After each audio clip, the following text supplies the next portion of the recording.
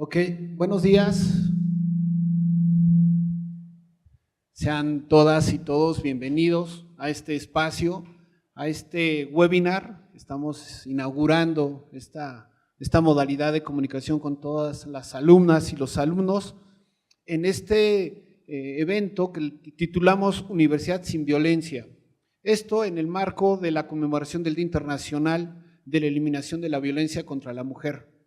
A nombre de la Benemérita Universidad Autónoma de Puebla, de la Dirección General de Educación Superior, del programa Cuenta Conmigo, les damos la más cordial bienvenida y antes que nada quiero agradecer muy en especial a la maestra Elsa Fuello, a todo el equipo de la Dirección General de Innovación Educativa que están realizando con nosotros y voy a permitir darle la bienvenida a todas las compañeros y compañeras que están en las distintas sedes. Maestra, le informo que tenemos alumnos, docentes y trabajadores no administrativos en la Facultad de Contaduría Pública, en Administración, en la Facultad de Cultura Física, en la Facultad de Arquitectura, la Facultad de Ciencias Químicas y la Facultad de Enfermería, además del espacio de la mujer que está cerca de la rectoría de aquí de CEU. Nos pueden seguir también a través de TV Red, en el canal 1 de TV Red, www.tvred.wap.mx, en versión streaming, no sé si esté bien dicho, para todos. Pueden agarrar su teléfono, su tableta, su dispositivo móvil y seguir ahí este ciclo de conferencias que el día de hoy iniciamos con responsabilidades y tareas de las instituciones de educación superior en la prevención del feminicidio, impartida por la maestra Vianet Rojas Arenas, a quien le doy la más cordial bienvenida. El día de mañana, todos son horarios de 10 a 11 de la mañana. El día de mañana es Derechos Humanos como Precursores de Género, impartido por el maestro Omar Castro. El 23 es Violencia Sutil contra las Mujeres, impartida por la maestra Amparo Yadira Corona Zavala. Y finalizamos el viernes 24 de noviembre con las iniciativas institucionales para erradicar la violencia de género en la UAP. Un trabajo, insisto, colaborativo que involucra a docentes, administrativos, estudiantes y todos los interesados en forjar una cultura de inclusión, de equidad, de respeto, de tolerancia y sobre todo de convivencia entre todos los actores sociales. Me voy a permitir de manera muy rápida, dado que su trabajo en la Defensoría de los Derechos Humanos es muy amplio, de la maestra Vianet Rojas Arenas. Actualmente es directora general y coordinadora del programa Igualdad y Justicia del Observatorio Ciudadano de Derechos Sexuales y Reproductivos, presidenta del Consejo Ciudadano de Derechos Humanos y Equidad entre Géneros del Ayuntamiento de la Ciudad de Puebla, es miembro de la Red Nacional de Defensores de Derechos Humanos, además es miembro del Consejo Académico del Programa de Administración de Instituciones de la Universidad Popular Autónoma del Estado de Puebla y es integrante de la, es integrante de la Comisión Coordinadora del Encuentro Nacional Feminista Puebla. Ha tenido la maestra Vianet muchísimos trabajos de incidencia política, legislativa en el Estado de Puebla, sobre todo en feminicidio, derechos reproductivos y derechos humanos de las mujeres. Recientemente fue nombrada presidenta del Observatorio de Violencia de Género en Medios de Comunicación en Puebla. Sin más, le doy la palabra a la maestra Vianet. Bienvenida, maestra. Muchas gracias.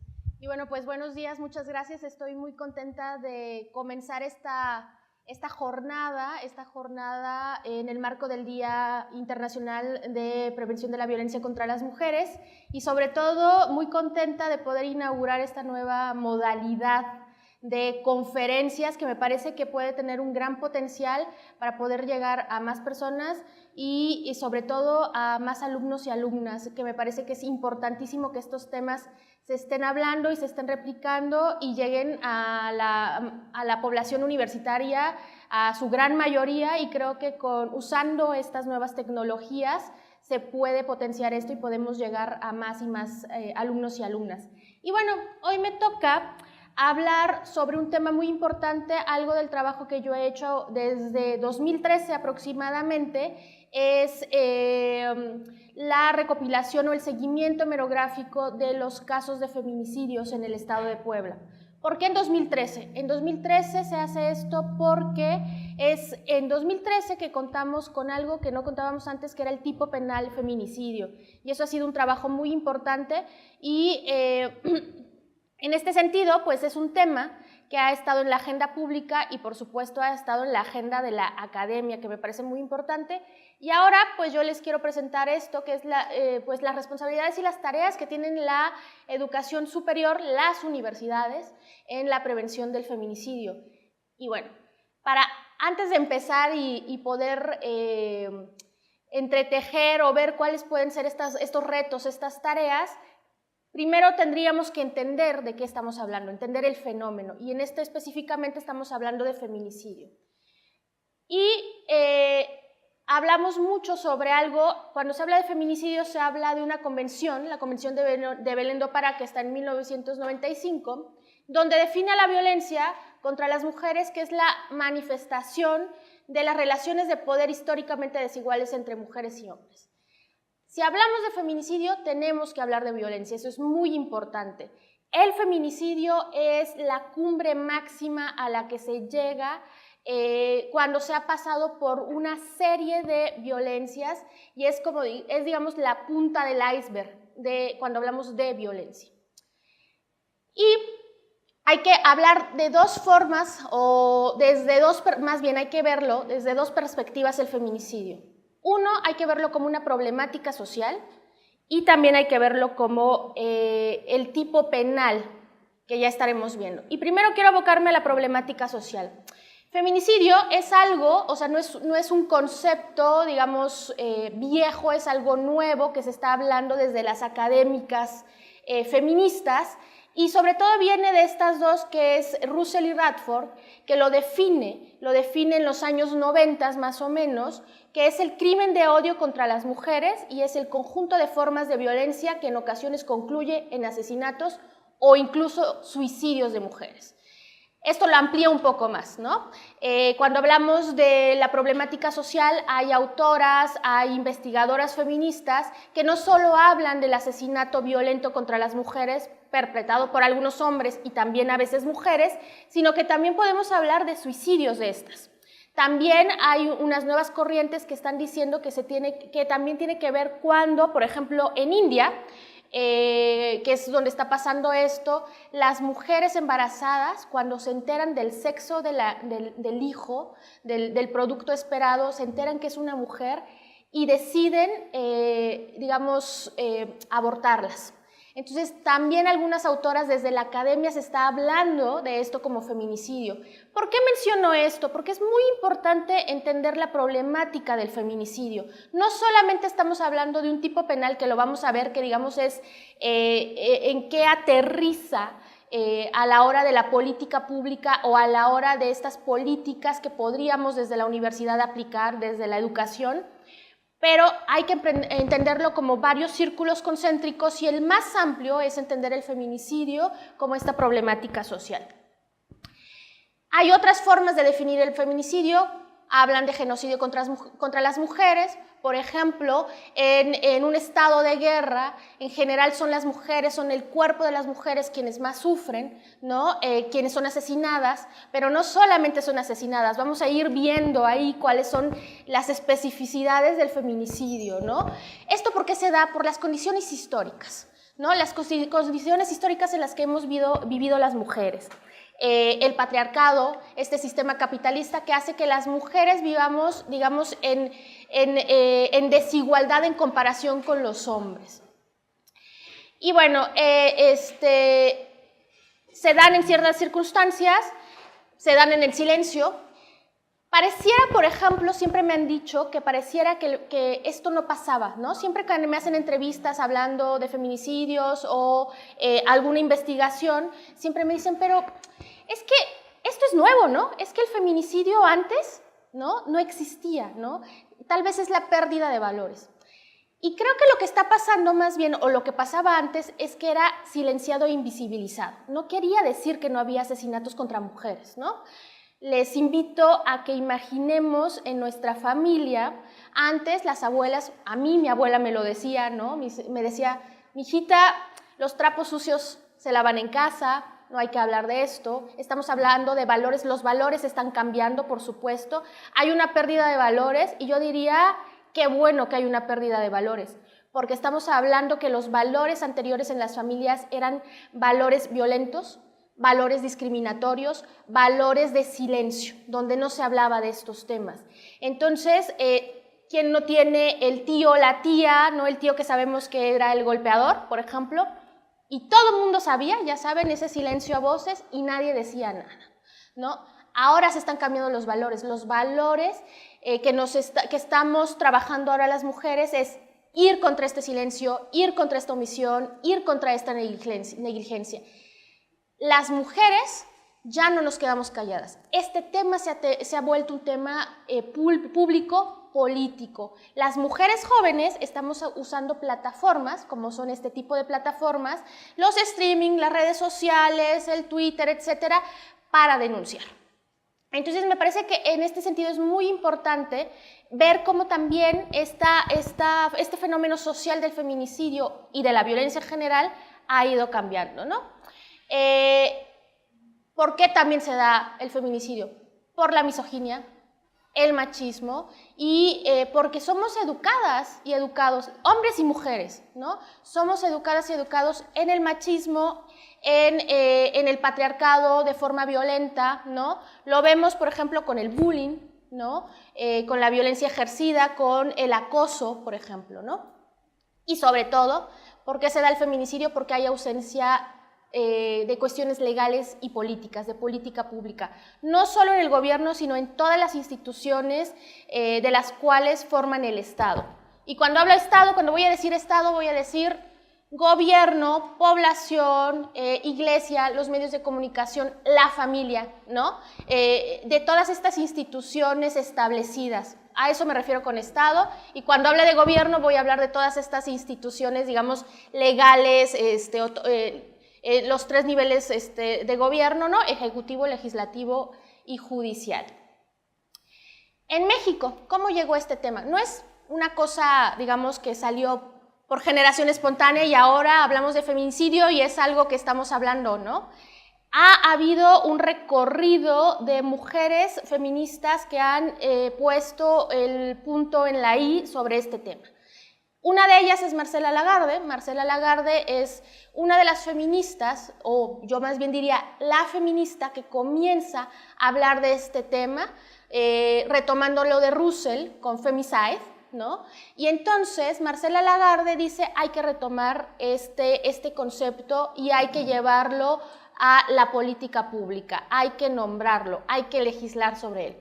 Y Marcela Lagarde define feminicidio como el conjunto de hechos violentos, misóginos contra las mujeres que implican la violación de los derechos humanos, atentan contra su seguridad y ponen en riesgo su vida. Y esto puede culminar, o la mayoría de las veces culmina, en la muerte, en el asesinato de ellas, ¿no?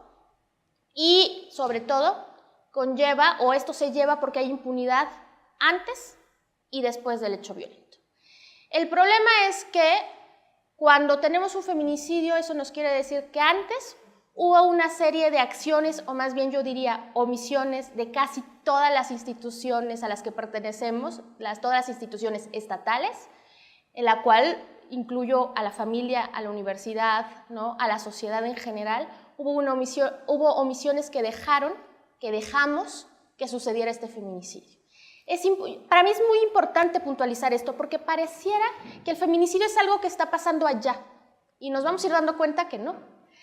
El feminicidio es algo que está pasando allá, es algo que pasa con personas no educadas, es algo que pasa por el crimen organizado, es algo que pasa porque, no sé, en los barrios, gente que no tiene educación, que tiene un nivel socioeconómico bajo. Y vamos a ir viendo esto que particularmente en Puebla en realidad no es así.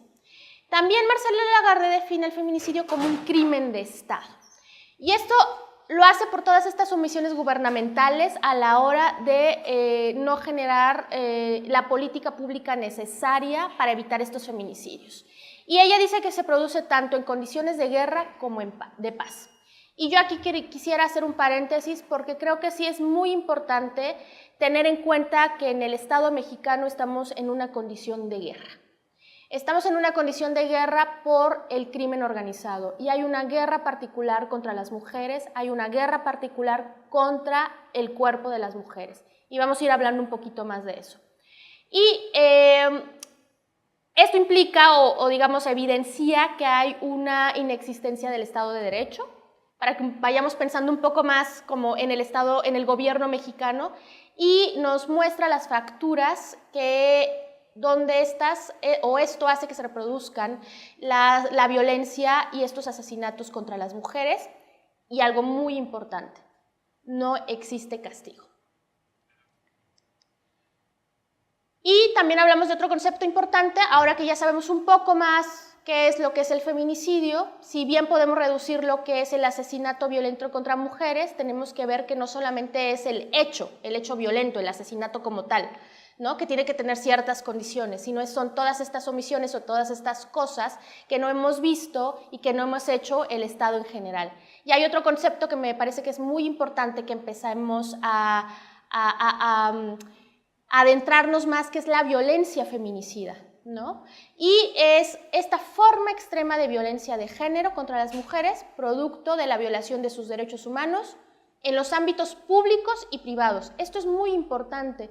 Esto es un trabajo de incidencia de las feministas. Yo no sé si ustedes han oído esta frase de lo público, lo privado es público, y esto es muy importante. Estas cosas que les decía al principio cuando la abuela decía, no, mijita, los trapitos sucios se lavan en casa, mejor no hay que decirlos. Y entonces, todo lo que era privado, todo lo que se quedaba en la familia, se empieza a llevar a la agenda pública y el Estado empieza a tomar la violencia general y la violencia feminicida como parte de su agenda pública. Entonces, empezamos a ver que la violencia en general y la violencia feminicida se vuelve un problema de salud, de la salud pública. ¿Por qué de salud? ¿No? O de justicia también, pero yo quisiera hablar un poco más sobre la salud pública, porque las mujeres que viven violencia, las mujeres que vivimos violencia, se refleja en nuestros cuerpos, ¿no? Estamos estresadas, tenemos síndrome postraumático, cuando hay violencia física, el brazo roto, los moretones, cuando hay violencia psicológica, no rendimos igual en el trabajo, ¿no? Cuando hay violencia sexual o acoso sexual en las calles, bueno, no queremos salir a las calles, nos sentimos vulnerables, ¿no? El Estado no nos está respondiendo. Cuando hay bullying en las escuelas, entre pares y la escuela no responde, esto hace que se genere más violencia con nosotros, o por ejemplo que esa mujer decida dejar la escuela, etcétera, etcétera. Entonces estamos hablando de que sí afecta a la salud de las mujeres específicamente, ¿no? Y bueno, ¿cuáles son este conjunto de conductas misóginas que podemos ver? Que son el maltrato, la violencia física, psicológica, sexual, educativa, laboral, económica y una infinidad de cosas, ¿no? Que conlleva esta impunidad social y del Estado y puede culminar en un homicidio o en su tentativa. En Puebla existe la tentativa de feminicidio, que es, en ningún otro estado existe la tentativa de feminicidio ya a nivel penal. Y ahorita vamos a hablar de esta otra parte que yo les decía, que primero hay que entender el conjunto, la problemática social, y luego hay que comprender cómo esto aterriza en la legislación. Y entonces, ahora sí, vamos de la problemática social al tipo penal. Como les decía, es en 2013 que tenemos el primer, que en Puebla se legisla sobre feminicidio. Yo recuerdo el 1 de enero de 2013 despertar con una noticia, y me acuerdo perfectísimo, y es ahí cuando decidimos un grupo de organizaciones y cuando deciden retomar este tema, con una noticia terrible, el 1 de enero de 2013, de una mujer tirada, descuartizada en una maleta junto a un basurero en el centro de la ciudad de Puebla. En la 18, no sé si ustedes se ubican, es este mercado, el mercado de la 18, y entonces decimos, ¿qué es lo que está pasando? Y pasa al mismo tiempo de algo donde ya se estaba hablando en el país y se habla cuando tenemos ya este tipo penal y empezamos a decir este es el primer feminicidio, porque es a partir del 1 de enero de 2013 donde entra en vigor el tipo penal. Algunos se preguntan, bueno, ¿es que antes de 2013 no había feminicidios? Sí, sí había feminicidios si lo hablamos desde la problemática social. No había feminicidios si lo hablamos desde el nombramiento, digamos, oficial gubernamental, ¿no? Porque no existía en el tipo penal, no había el tipo penal. Y entonces esto es muy importante. Toda esta problemática que yo les había explicado se ve reflejada en el Código Penal y hay que entender algo muy importante, sobre todo para las que estudian Derecho. Sabemos que el derecho es cuadrado y el derecho penal es lo cuadrado de lo cuadrado, ¿no?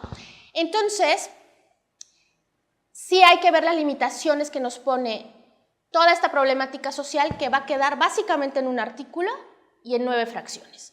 Y define en Puebla, y además eso es muy importante decirlo, en cada estado el feminicidio es definido de distinta forma en el Código Penal. Por eso a veces las cifras, o cuando hablamos, o cuando el Estado, el gobierno más bien, habla de feminicidio, está hablando desde aquí, desde el tipo penal, desde el artículo 338 del Código Penal del Estado. Y eso es muy importante entenderlo. Y entonces, cuando las feministas, las académicas, las estudiosas y los estudiosos de la problemática hablan de feminicidio, lo hablan desde lo otro, desde los suicidios, por ejemplo, que les decía, desde los abortos, desde las omisiones, etcétera, etcétera. Pero cuando se habla a nivel gubernamental, hablamos de acá. Entonces, por eso es tan importante que lo conozcamos. Y entonces, en la sección séptima, en el artículo 338, dice que comete el delito de feminicidio quien prive de la vida a una mujer por razones de género. Se considera que existen razones de género cuando la privación de la vida ocurra en alguna de las siguientes circunstancias. Y antes de leer estas circunstancias, que son 9, yo quisiera decir, no necesita cumplir las 9 circunstancias, el homicidio. Con que tenga una de estas circunstancias, ya estamos hablando de un feminicidio, ¿no? Y 1, que el sujeto activo que lo comete por odio o aversión, a las mujeres, que el sujeto activo lo cometa por celos extremos respecto a la víctima, cuando existan datos que establezcan que la víctima tenga lesiones o mutilaciones infamantes o degradantes, previas o posteriores a la privación de la vida, violencia sexual, actos de necrofilia, tormentos o tratos crueles, inhumanos o degradantes. Esta es una reforma que se da al Código Penal, al primer tipo penal que se dio en 2013. Esta es una reforma, la reforma más reciente en 2015. Y aquí vamos viendo cómo se van agregando cosas. Por ejemplo, yo les hablo de la necrofilia. Nos hemos dado cuenta en este seguimiento con los feminicidios que se había dado este tipo de cosas y entonces se van adjuntando este tipo de cosas, ¿no? Este tipo penal es perfectible. Es algo que se está trabajando desde las organizaciones y que pareciera que la realidad nos va rebasando y entonces en la realidad los feminicidios se dan cada vez más violentos y necesitamos agregarle más cosas porque la problemática social siempre va mucho a 1000 horas por minuto casi y el tipo penal, el Código Penal va muy lento. Entonces siempre tiene que ir ahí alcanzando la realidad social. ¿Qué otra característica tiene que tener el feminicidio según el Código Penal? Que existan antecedentes o datos de violencia en el ámbito familiar, laboral, escolar o cualquier otro del sujeto activo en contra de la víctima. Esto no quiere decir que haya una demanda legal. Esto quiere decir que si yo le conté a mi amiga que mi marido me pega, que mi marido me cela y en una semana aparezco muerta, eso ya es un indicio de que hay violencia, ¿no? No es así como, ay, ahora tenemos que demostrar las mujeres que hay violencia, no. O sea, es algo, como les decía, es algo que sabemos, es un secreto a voces, o sea, sí hay formas y las mujeres, si bien las mujeres que viven violencia es muy difícil que se puedan abrir, pero, digamos, la gente se da cuenta cuando una mujer vive violencia, ¿no?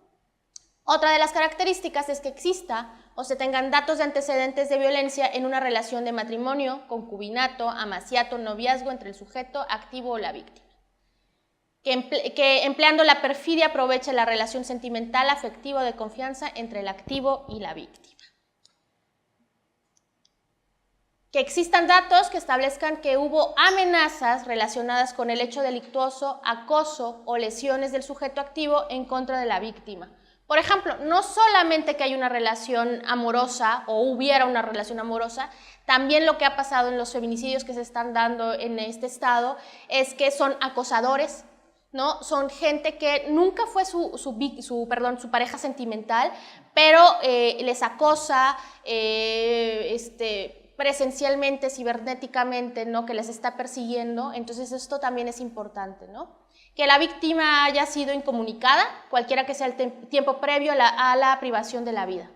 Muchos de los feminicidios que se están dando en el estado de Puebla son secuestradas primero, ¿no? Recuerden Mara, hay muchos que nos estamos, que está pasando esto, ¿no? Y por último, que el cuerpo de la víctima sea expuesto, exhibido en un lugar público. Y esto es muy importante, muy importante.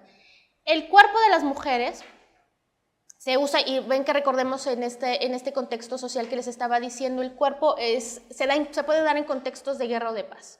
Y yo diría, los feminicidios se están dando en un contexto de guerra, porque en el Estado mexicano estamos en un estado de guerra. Guerra contra el narco, guerra contra la trata, contra el crimen organizado. Y esto es muy importante decirlo, los cuerpos de las mujeres se usan para generar miedo, para generar un ambiente de sosiego, para generar un ambiente de no quiero salir, ¿no? Los cuerpos de las mujeres se usan para dar un discurso y un mensaje, ¿no? Pero los cuerpos, y algunos dirán, ay, pues es que también los cuerpos de los hombres se usan para eso. Sí, pero no se usan de la misma manera. A los cuerpos de los hombres no se les viola, se les mata, ¿no? Se les descuartiza, no es de la misma forma, ¿no? Cuando hablamos de crímenes de odio, no solamente de mujeres, en este caso feminicidio, pero por ejemplo podemos hablar de los crímenes de odio de personas LGBT, no solo se les mata y se les remata, y se usa el cuerpo de estas personas para mandar un mensaje de odio terrible. Y bueno, y a quien cometa el delito de feminicidio se le impondrá una sanción de 40 a 70 años. Esto es algo también, es una reforma que se hizo donde se sube la sentencia y también se le hace una multa de 500,000 días de salario. Y aquí yo quisiera apuntar algo, que es el problema es que siempre la penalización punitiva o subir las sentencias no resuelve la problemática. Y eso es algo que tenemos que tener muy claro. Porque por mucho que se haya subido a 70 años ya, antes era de 50, ahora es hasta 70 años, el feminicidio no ha reducido en este estado, ¿no? Hay otras cosas que se debe hacer y eso es lo que vamos a hablar, vamos a concluir en esta charla que tengo con ustedes, es qué otras cosas tenemos que hacer, porque el punto es prevenir. Esto es cuando ya sucede un feminicidio, ¿no? Y cuando sucede un feminicidio, lo que está pasando en este estado es que no hay justicia, hay un mensaje de impunidad, ¿no? A las mujeres, ¿por qué se les mata? Se les mata por estas cosas que les he dicho, pero también se les mata porque hay un mensaje hacia los hombres, hacia los victimarios de si tú matas a una mujer, no pasa nada. Difícilmente te van a atrapar. Si te atrapan, van a tener, el sistema, digamos, ahora con el nuevo sistema penal acusatorio es muy complicado llevar tu caso, ¿no? Hay casos donde ha habido tortura y por no haber tenido un debido proceso, el culpable sale, ¿no? Por ejemplo, hay amparos que establecen, ¿no? Que puedan salir también. Entonces, de los más de 300 feminicidios que llevamos contabilizados hasta ayer, el día de ayer, hasta 2017, solamente hay 6 sentencias. O sea, solo 6 hombres están en la cárcel, fueron juzgados y tienen una sentencia que va de los 40 a los 70 años, ¿no? 60, perdón.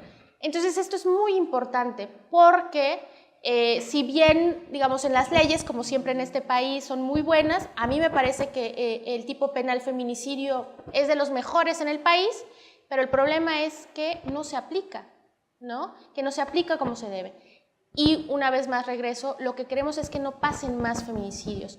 Y creo que esa es la reflexión que yo les invito ahora, es cómo hacemos todas las personas de este estado, ¿no? De Puebla, para ayudar y abonar a la prevención de los feminicidios. Antes de esto, eso también es muy importante. No todos los homicidios de mujeres son feminicidios, ¿no? Eso es muy importante decirlo. Tiene que tener ciertas características que ya hemos visto, que tienen que ver con el contexto social, pero también con lo que nos dice el Código Penal, ¿no? Tampoco todos los homicidios son hechos cometidos en un contexto de feminicidio, ¿no? Por ejemplo, hay muchos casos, eso es lo que está pasando, por ejemplo, con los medios de comunicación, no sé si ustedes se han dado cuenta, resulta que a una señora, me acuerdo mucho de una señora adulta mayor en su casa, entran, es un robo, y la cabeza de la nota es feminicidio de sexagenaria, tal y tal. Y tú cuando revisas no. Entonces tampoco hay que dejarnos llevar, ¿no? O sea, sí estamos viviendo un contexto de violencia feminicida, eso es cierto, en Puebla lo estamos viviendo, pero no todos los homicidios que se dan hacia las mujeres son feminicidios. Eso también es muy importante decirlo. Bueno, y entonces, ¿cómo le hacemos? ¿Qué hacemos? Y desde la academia, ¿no? Yo daría varias cosas o varias, digamos, propuestas de lo que se puede hacer y desde lo que se puede hacer desde la educación superior, ¿no? Y por supuesto que se requiere participación de la academia, desde distintas áreas, ¿no? Y más bien, yo diría desde todas las áreas del conocimiento, ¿no? No solamente atañen los feminicidios a un sector, por ejemplo, yo pienso la sociología, que la puede investigar, la antropología, que la puede investigar, el derecho, que puede sensibilizarse para poder generar un buen acercamiento, seguimiento, si es que algún abogado o abogada llega a algún caso de defensa de víctima de feminicidio, etcétera, etcétera, ¿no? Y yo diría, tenemos que entrarle a la investigación. La academia tiene que entrarle a la investigación en este tema. La academia debe convertirse en una aliada para trabajar este tema, porque parte importante de esto es, primero, tenemos que saber cuál es la problemática, cuál es el origen de la problemática, y esto es algo que se ha estado planteando desde las organizaciones hacia el gobierno, no podemos hacer nada o todas las acciones que hagamos son un poco vacías si no sabemos cuál es el origen real de esto. ¿Por qué hay este tipo de violencia en el Estado? ¿Cuáles son los orígenes reales de este tipo de violencia? Y ahí es donde la academia nos puede ayudar. Y entonces empecemos a generar investigación desde la sociología, desde la antropología, desde el derecho, etcétera, etcétera, ¿no? La academia puede ayudar a erradicar este tipo de violencia. Los estudiantes, los profesores se deben involucrar. Y yo no solo diría desde la investigación como tal. También diría, y esa es otra propuesta, desde los programas educativos. Por ejemplo, desde la nivel primaria, preescolar, ¿no? Debe haber un programa de sensibilización transversal con perspectiva de género, de prevención de la violencia y no discriminación, ¿no? En la universidad, por ejemplo, está las recomendaciones de CONAVIM, ¿no? La CONAVIM es la Comisión Nacional para Prevenir y Atender y Erradicar la Violencia contra las Mujeres. Y ese es otro tema del cual hay que hablar, que seguramente ustedes han escuchado, que es la alerta de violencia de género. Se ha solicitado en este estado la alerta de violencia de género, y no voy a ahondar mucho en esto, pero se forma un grupo especializado donde la academia pertenece, hace un análisis de la realidad de la violencia contra las mujeres, en este caso en Puebla, y entonces a partir de todo este análisis y toda esta entrevista y de entrevistar a organizaciones que trabajamos estos temas y de entrevistar a investigadoras, investigadores que son especialistas en estos temas, lo que genera son recomendaciones específicas para poder prevenir, atender y sancionar la violencia. Y en este sentido hay una recomendación específica hacia las universidades. Lo que dice es, las universidades, todas las universidades deben incluir al menos una materia con perspectiva de género en tronco común, pero además se debe transversalizar la perspectiva de género en todas las carreras. Entonces, en este sentido, ¿qué podemos hacer las universidades?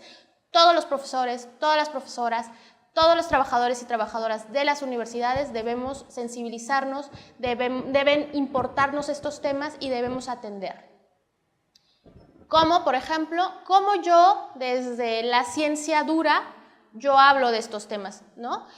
Por ejemplo, aquí está tronco común, yo estudié aquí en la UAP, en mis tiempos, hace bastantes tiempos, estaba la carrera de Derechos Humanos, ¿no? Por ejemplo, ya han cambiado el programa, pero lo que se está pidiendo es, por ejemplo, que sí haya una materia de tronco común de prevención de la violencia, ¿no? Con perspectiva de género y que puede estar transversalizando esto.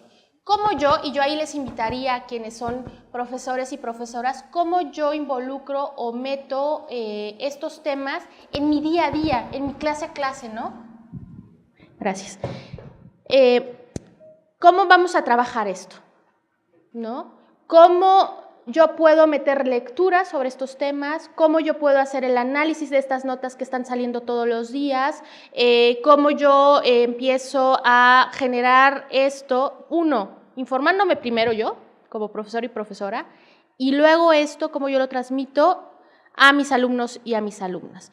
Cómo estamos impulsando tesis de investigación sobre violencia contra las mujeres, desde mi área, ¿no? Desde la ciencia política, a veces pareciera, por ejemplo, que es mucho más fácil desde las humanidades, ¿no? Yo les invitaría cómo pensamos un poco más que desde otras ciencias que no son tan, o no las vemos tan comúnmente que hablen de estos temas, también se hable de estos temas. Y además algo que se está haciendo en las universidades y por supuesto particularmente en la UAP es que hay ya programas específicos como este que nos invitan aquí, que están poniendo el tema, digamos, a nivel público en la universidad. Ayer estaba hablando y algo que estamos viendo es que el problema está tan desbordado, el problema de la violencia, y hablando particularmente de la violencia feminicida, es que nos está desbordando y las acciones que se deben de hacer pareciera que, o más bien no pareciera, tienen que ser el triple, el cuádruple de esfuerzos, al menos para equiparar el asunto, ¿no? Es muy difícil, o sea, sí debe haber presupuesto, eso también es muy importante. Las universidades tienen que contar con un presupuesto específico, las instituciones de educación superior tienen que contar con un presupuesto específico para hacer este trabajo, ¿no? Hay académicas, yo sé que hay académicas, por ejemplo, feministas, hay académicos también que están involucrados en estos temas, en temas de masculinidades, que están haciendo investigación, pero son profesores y profesoras investigadores. Se necesita unidades especializadas en cada universidad, en cada institución pública de educación superior. Ahora me toca hablar sobre la educación superior, pero yo diría educación básica, media, etcétera. Pero bueno, ahora nos atañe la educación superior. Debe haber unidades específicas donde estén atendiendo este tema, ¿no? No puede ser algo que dejen allá profesores investigadores, que ya ese es su trabajo es investigar y sacar esta información que nos sirve además a la organización civil, a las organizaciones civiles que sirven a la población en general para estar compartiendo estos temas, pero también en las universidades debe haber estos mecanismos especializados, unidades, no sé cómo llamarlo, ¿no? Programas específicos que esté atendiendo este tema. Pero digamos es como lo externo, pero también desde lo interno, ¿no? Desde los programas. Y otra de las cosas que también es importante son las campañas. Debe haber campañas específicas, continuas, de prevención de la violencia, ¿no? ¿Cómo estamos haciendo llegar? Sabemos ahora la importancia o digamos, todo el diseño o la imagen, las imágenes, los videos que pueden generar o impacto que puede generar en la población y mucho más en la población joven, ¿no? Cómo estamos usando las redes sociales. Por eso a mí me parece increíble esta propuesta de esta plataforma para poder estar llegando a otros lugares, que esté ahí subido en la red, ¿no? En cualquier momento, hoy, mañana, dentro de un mes, yo pueda generar un link y pueda bajarlo y pueda verlo, ¿no? Esté el audio y yo estoy haciendo lo que tenga que hacer, estoy rumbo a la universidad y estoy escuchando esto, ¿no? Que esté ahí todo el tiempo, pero a ver, ¿cómo vamos a también esto promoverlo? A esto me refiero con campañas. Tiene que estar todo el tiempo, no solamente las campañas visuales o audiovisuales, ¿no? Sino tiene que estar pensado en un conjunto de estrategias, tiene que ser estratégico, ¿no? Yo sé, por ejemplo, que esto es en torno al 25 de noviembre, pero pareciera que en algunas instituciones, no solamente las académicas, sino en general las instituciones, esta época es la única época que se habla de este tema, ¿no? No, de este tema se tiene que hablar todo el año. Y eso me refiero también con involucrar a los profesores y a las profesoras. Este tema se tiene que hablar todo el año con los alumnos y las alumnas. Este tema tiene que estar. Este tema tenemos que hacer análisis de las notas, tenemos que hacer análisis de los textos. Por ejemplo, economía, ¿no? O sea, ¿cómo puede estar trabajando? Las estadísticas, ¿qué estamos haciendo? Se puede, o sea, si le pensamos un poco más, se puede desde todas las áreas, ¿no?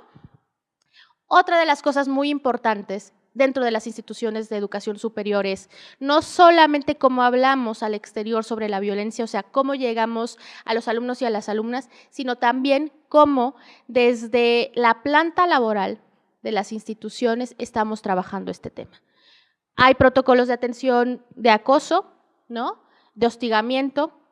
¿Qué estamos haciendo? O sea, hay un protocolo y esto es lo que les quiero mostrar porque sí hay cosas que se están haciendo en las universidades y una de esas es los protocolos de atención. En el país solamente hay 4 universidades en las que hay un protocolo de atención en acoso, que son la Universidad Autónoma de Sinaloa, la Universidad Michoacana de San Nicolás de Hidalgo, la Universidad Veracruzana y la de Quintana Roo. Habría que estar buscando y acercándonos a estas universidades que ya lo tienen, cuál es su experiencia, cómo lo están aplicando. Esto solamente es de acoso. Y en acoso solamente estamos hablando que en la de Sinaloa, por ejemplo, solamente es un protocolo para trabajadores de la universidad, trabajadores y trabajadoras. Esto tiene que ser a nivel general, tiene que ser para el personal trabajador, pero también con alumnos y alumnas. Y hay otro que me parece que es muy importante, que es el de violencia de género, que es el año pasado, a finales del año pasado, que se instauró en la UNAM. Y es un protocolo que retoma que se trabaja más bien con ONU Mujeres. No sé si ustedes han oído hablar de la campana He for She, entonces es como de él para ella, más o menos esa sería la traducción, entonces también es involucrar a los hombres en este trabajo y en este protocolo de género, que ahí les voy a mostrar una imagen, ¿no? Ya esto me refería también con las campañas, ¿no? Esta es la campaña de la UNAM, ¿no? Yo respaldo la igualdad de género, es el lema, y por ejemplo la otra es UNAM te respalda. Y esto es muy importante con este discurso que está dando la UNAM, porque además lo que sí pasa con las mujeres, y sobre todo las mujeres que estamos, digamos, a niveles de subordinación, llámese, somos alumnas, somos secretarias y mi jefe es hombre, o sea, siempre estamos como en un nivel de subordinación. El problema que sigue pasando es que no nos creen. No hay nadie que nos respalde. Y me parece por eso tan importante este hashtag, UNAM te respalda. En la violencia, cuando estamos hablando de violencia, hay que tener mucho cuidado porque lo que está pasando es que se está revictimizando a las mujeres, pero además se les está culpabilizando. Y ustedes escuchen los discursos, ¿no? Que están en los medios de comunicación, ¿no? No sé si, yo creo que los alumnos y las alumnas sí vieron este video que se subió de un taxista, grabando a una chica que está tomada, pues, y que, bueno, pues se durmió, ¿no? O sea, seguramente eran las altas horas de la madrugada, etcétera, etcétera. Y el discurso de este taxista, ¿no? O sea, diciendo, yo soy un hombre tan bueno, porque si fuera un hombre terrible, ya la violaría. O sea, es que se den a respetar, ¿no? A esto me refiero con la revictimización, ¿no? Y no solo la revictimización, la culpabilización. La mujer que vive violencia jamás es culpable de eso, ¿no? Ahora resulta, ¿no? O sea, ahora resulta y siempre ha resultado que las mujeres somos culpables y hay infinidad de discursos. ¿Por qué salimos de noche? ¿No? Porque estamos solas, ¿no? O sea, porque salimos solas, porque tomamos un poco más, porque cómo es posible que te vas en el Uber sola, ¿no? Infinidad, o sea, aquí podemos sacar una lista grandísima, ¿no? Entonces, eso también es muy importante, o sea, cómo estas personas que aplican este tipo de protocolos son sensibles y les tienen que creer, ¿no? Y debe haber una política que se haga desde la universidad, desde adentro, pero también cómo esto se vincula hasta afuera. Porque además, el acoso, la violencia, el bullying, ¿no? El acoso sexual, etcétera, etcétera, son delitos, ¿no? Y aunque se den un espacio, digamos, hablando de las universidades privadas, de un espacio privado o dentro de una universidad, son delitos. ¿Cómo vamos a hacer para que estos protocolos internos concuerden también con los protocolos o con digamos, la política de detención gubernamental, ¿no? O cómo hacer, o más bien, cómo no hacer cuando suceden este tipo de delitos, por ejemplo, en la periferia de la universidad, ¿no? Porque eso es lo que está pasando también. O sea, se están violando a las chicas aquí, cruzando la calle. Se están acosando a las chicas cruzando la calle. Y entonces las universidades o las instituciones educativas no pueden, no pasó en mis aulas, ¿no? Y entonces así como, bueno, me lavo las manos. Pero además, no solo eso, cuando pasa dentro de sus aulas, no se está haciendo nada. ¿Por qué las mujeres no están denunciando? Porque además dices que no pasa. Bueno, ¿y por qué no pasa? Yo no tengo ninguna denuncia. Que no haya denuncias no quiere decir que pase. Está pasando. Hay violaciones dentro de los campus, ¿no? Hay muchos estudios en Estados Unidos. En Estados Unidos se está hablando muchísimo, pero sí hay, ¿no? ¿Qué está pasando en estas fiestas que se hacen, ¿no? Digamos, las fiestas universitarias, etcétera, etcétera. ¿Qué está pasando con este acoso? O sea, el acoso que vivimos las mujeres pasando cualquier calle, ¿no? Aquí, o sea, como en los pasillos de la universidad, ¿no? Y hay acoso por parte de los compañeros, hay acoso por parte de los policías, ¿no? ¿Cómo está respondiendo y cómo está respaldando la universidad, ¿no? Les muestro otra de las imágenes de la UNAM, ¿no? Y entonces estas son las cosas que yo vendría a proponer que se deben hacer desde la educación superior. Y en este sentido, yo les quiero mostrar esta lista. Esta lista son los nombres, bueno, antes, el día de ayer recopilamos el feminicidio 92 en el ODESIR, de este año. El año pasado, 2016, hubo 80. Cada año son más. Y ahora yo les quisiera hablar específicamente sobre los feminicidios de universitarias. Y estos son los nombres, ¿no? Mara Castilla, Minerva Calderón Hernández, Noemí Guadalupe Vergara Espinosa, Patricia Verónica Rosales García, Tania Verónica Luna. Los que tienen los años son las estudiantes de la UAP. Tania, una de ellas, estudiante de Sociología. María José Feliciano Romero, Isarbe Cano Vargas, Iraíz Ortega Pérez, ellas dos también, estas últimas 4 estudiantes de la UAP. Olga Nayeli Sosa Romero, Araceli Vázquez Barranco. No es algo que no esté afectando a las universidades. Están matando a las estudiantes. Y entonces ahí es cuando yo otra vez pongo en la mesa esta idea de los asesinos o quienes viven esto son personas sin educación, son personas de bajos recursos, ¿no? Hay que quitarnos esto de la cabeza. Esto no es verdad. Y en Puebla está pasando, hay un fenómeno particular que no está pasando en los demás estados, por ejemplo, Chihuahua, que es de los que más se oye, Estado de México, que es de los que más se oye, y creo que eso es lo que está pasando con todas estas mujeres jóvenes que están siendo asesinadas. Son chicas, Paulina, por ejemplo, ¿se recuerdan? Carla, Mara, ¿no? Las mujeres embarazadas. Son chicas de clase media alta, con educación superior o que están estudiando en la universidad, o sea, que tienen un nivel socioeconómico, no es un nivel socioeconómico bajo, ¿no? Que tienen educación. Los asesinos también son de nivel socioeconómico alto, ¿no? Son grandes estudiantes, ¿no? Son muy buenos estudiantes de universidad, son perfectos, pues, en este sentido. ¿Cómo es posible? Hay que quitarnos esta idea, que son más bien, yo diría, mitos al respecto de la violencia y los feminicidios. Y estos son los feminicidios. Las chicas están teniendo relaciones de noviazgo violentas. No sé si recuerdan un caso en la Ibero, ¿no? Del novio, exnovio que acuchilló a la chica en la Ibero, ¿no? En horario educativo.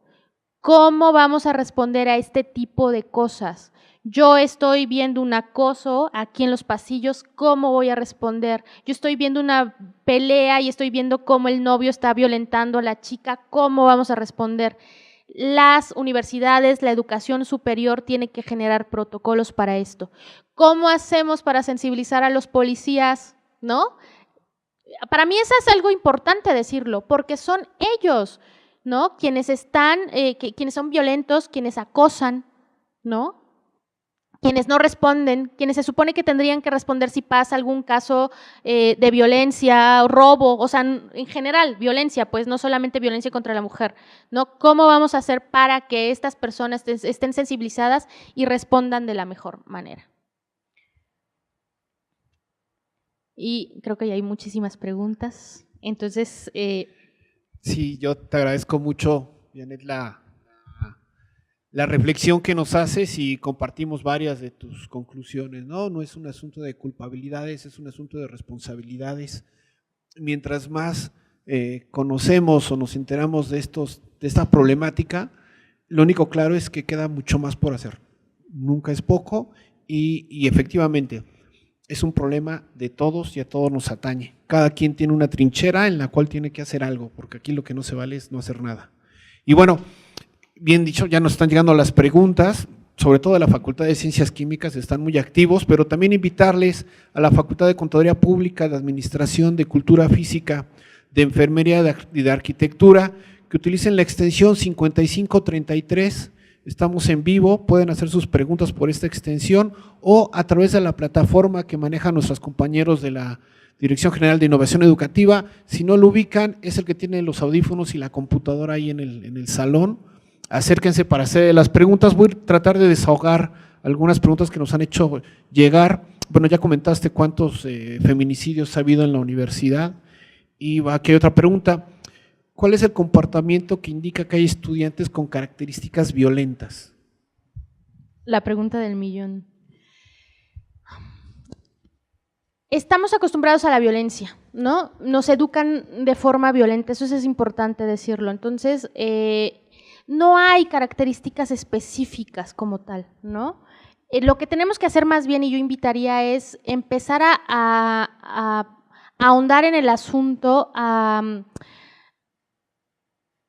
sí, a documentarnos, a leer, a sensibilizarnos, porque más bien, más que características, lo que no hay son personas sensibles y con estas gafas del género donde podamos ver la violencia. Yo diría casi toda nuestra forma de interactuar, es violenta. Lamentablemente, cuando tú te metes en estos temas y te ahondas más, lo que pasa es que o sea, es que no es posible, es que lo que se dice ahora es que ahora hay más violencia. No, es que ahora tú estás más sensibilizado y lo ves. El problema es que la violencia es invisible y está normalizada. Entonces debemos debemos generar todo o darnos toda la información para poder ver todas estas violencias, ¿no? Entonces, por eso es parte importante, por ejemplo, este tipo de charlas, de pláticas, de campañas en la universidad, ¿no? Para empezar a verlo, ¿no? Bien, muchas gracias. Otra pregunta. En el nivel básico, en secundarias, en preparatorias, ¿qué se podría establecer para abordar estos temas? Es mucho más fácil, ¿eh? De hecho, ahí es donde deberíamos hacerlo, como ponerles todas las canicas posibles, pues, ¿no? Es mucho más fácil porque para los niños y las niñas es más fácil entender este tipo de cosas, ¿no? ¿Cómo? Desde el juego, ¿no? Con cuentos, ¿no? Empezar a cambiar los cuentos que nos han dicho, empezar a evidenciar esto, ¿no? El problema es que cuando empieza ahí donde comenzamos a invisibilizar. Por ejemplo, si hay un niño que está bulleando al otro niño y la maestra no hace nada, entonces los niños van a crecer, pues no pasa nada, esto es normal, ¿no? Entonces no hay que hacer nada, no hay que hablar de la violencia, ¿no? Se tiene que hablar todo el tiempo, se tiene que hacer, sí tenemos que desde niños, niñas, verlo y general, y yo diría sí debe haber un programa transversal donde se hable de estos temas, ¿no? Ya, digamos, ya desde la institución o desde lo formal, ¿no? Y se puede incidir mucho más desde la niñez, eso es muy importante. Y creo que es ahí donde estamos fallando. Y casi no se hace desde ahí, porque además es algo que los resultados lo vamos a ver dentro de 15, dentro de 20 años, ¿no? Entonces esta problemática nos ha desbordado tanto que pareciera que lo que queremos es hacer acciones que ya, den resultados ya. Y para la violencia no funciona así. Se tiene que hacer un poco de los dos lados, ¿no? Desde estas acciones que vamos a ver los resultados dentro de 15, 20 años, básicamente es cambio generacional y todas estas cosas de prevención y atención, ¿no? Otra pregunta decía, bueno, sí, hablaste al tema, pero parece que no quedó muy claro, ¿cómo reconocer cómo diferenciar más bien entre un homicidio y un feminicidio? ¿Cómo diferenciar? Sí. Está en el Código Penal, que yo lo había pasado, que básicamente es violencia extrema, ¿no? Hay violencia sexual, violación, hay ultraje en el cuerpo. Por ejemplo, la mujer que ha sido asesinada, hay indicios de que hubo violencia en contra de ella, que la secuestraron, ¿no? Que su cuerpo lo dejaron en la vía pública. Hay varias características que, por ejemplo, si es su pareja o expareja, que hay una celotipia extrema, ¿no? Este tipo de características específicamente. Yo no quiero ser tan explícita, por ejemplo, en los casos. Ustedes ahí están viendo nuestras redes sociales, ahí subimos el seguimiento hemerográfico que hacemos y ustedes pueden entrar a ver las notas y muchas de las notas desgraciadamente están muy descriptivas de cómo se encuentran estos cuerpos, las queman, las descuartizan, o sea, es una violencia extrema terrible, ¿no? No es como, por ejemplo, sí, a los hombres los matan, pues, pero es un balazo y ya, ¿no? A las mujeres les dan 3, 4, 5 balazos, les mutilan los senos, los pezones, las violan, etcétera, etcétera, ¿no? También invitarle al público que nos acompaña aquí en la de GIE, si tiene alguna pregunta, ahí atrás, por favor. Hola, bien. Oye, aquí estamos personal no académico, es decir, administrativos y administrativas. ¿Cuál sería la sugerencia específicamente para poder nosotros reconocer los entornos de violencia en nuestros lugares de trabajo o cómo estamos siendo violentos o violentas con las compañeras de trabajo? Hay una norma, que es una norma nueva, ¿no? La norma de igualdad de trabajo, que me parece que ahí enumera muy bien todo esto. Primero, creo que lo primero que hay que hacer es acudir a este tipo de pláticas o talleres, ¿no? O estar más cerca de este tipo de cosas. O sea, sí estar hablando de esto entre ustedes, ¿no? Eso creo que es el primer paso. Luego, reconocer que hay una jerarquización, por supuesto, ¿no? Y reconocer que la mayoría de las personas que están digamos, el pico de la pirámide son quienes tienen más poder y la mayoría son hombres y ejercen un poder y la mayoría de las veces el ejercicio de ese poder es violento, ¿no? Entonces, estarnos hablando entre nosotras, entre nosotros, ¿no? También o sea, ¿qué hace que la violencia siga y crezca? A mí me parece que parte importante es el silencio, ¿no? Se tiene que hablar, ¿no? Y se tiene que reconocer que la violencia es un delito, en donde sea, y mucho más en el ámbito laboral, ¿no? Y que hay leyes que nos respaldan. Y la otra es,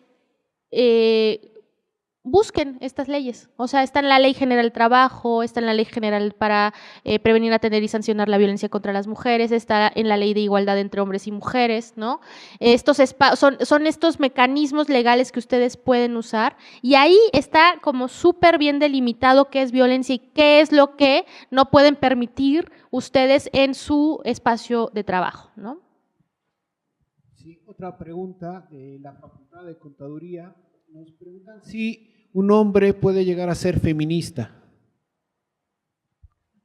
La pregunta del millón. Pues mira, depende de quién te lo diga. Hay posturas. Desde el feminismo hay posturas. Hay una postura desde un grupo de feministas o desde muchas feministas es no, los hombres no pueden ser feministas, ¿no? Pueden ser sensibles, pueden ser aliados, ¿no? Pueden conocer del feminismo, pero no pueden ser feministas. Y hay otras posturas donde dicen, sí, claro, pueden ser feministas, ¿no? Yo estoy todavía en la discusión conmigo misma de si los hombres pueden ser feministas o no. Yo creo que pueden ser muy sensibles, que pueden ser aliados, que pueden conocer del feminismo, pero también creo que mi principio es quién dice quién es feminista o no, y me parece que eso es una decisión personal, es una postura personal y política. Yo soy feminista, por ejemplo, pero, por ejemplo, nadie más puede venir y decirme, no, tú no eres feminista, o tú sí eres feminista, ¿no? O sea, es algo personal. Entonces, en ese sentido, podría decir que los hombres pueden ser feministas si ellos se asumen feministas. Bueno, finalmente aquí hay una pregunta que es más bien para el programa Cuenta Conmigo. Nos preguntan qué pasó con el violentómetro que estuvimos repartiendo en meses anteriores, ¿no? Solamente comentar dos datos que yo creo abundan a la charla. El 90% de los chicos, de las chicas no conocían que existía un violentómetro y más de la mitad, casi 60% habían tenido algún tipo de violencia en el noviazgo en función del violentómetro, ¿no? Entonces eso es lo que es nuestra realidad, ¿no? No pasa allá enfrente, no pasa en la universidad vecina, pasa aquí en la UAP. Entonces creo que es algo que nos debe de comprometer aún más. Les invito a buscar una encuesta que acaba de salir en la ENDIRE, que es la Encuesta Nacional de Dinámicas del Hogar, 2016, y se hizo una encuesta particular, eso jamás se había hecho, somos el primer municipio, el municipio de Puebla que tiene datos específicos poblanos, y bueno, búsquenla porque es muy importante saber las cifras, pero la verdad es que son alarmantes. El 90% de las mujeres poblanas hemos sufrido violencia y de ahí pueden encontrar datos de violencia sexual, ¿no? Acoso, etcétera, etcétera. Es muy complicado, ¿no? Casi todas las mujeres hemos vivido violencia en algún momento. Bueno, maestra, no me queda más que agradecerte a nombre de todas las facultades que ya las dije, invitarlos para el día de mañana, la extensión 5533 es donde vamos a poder interactuar, agradecer tu tiempo, este espacio y permítenos a nombre del rector, el doctor Alfonso Esparza Ortiz, hacerte entrega de un pequeño reconocimiento para agradecer todo tu trabajo y tu conocimiento que has compartido con nosotros hoy día. Muchas gracias.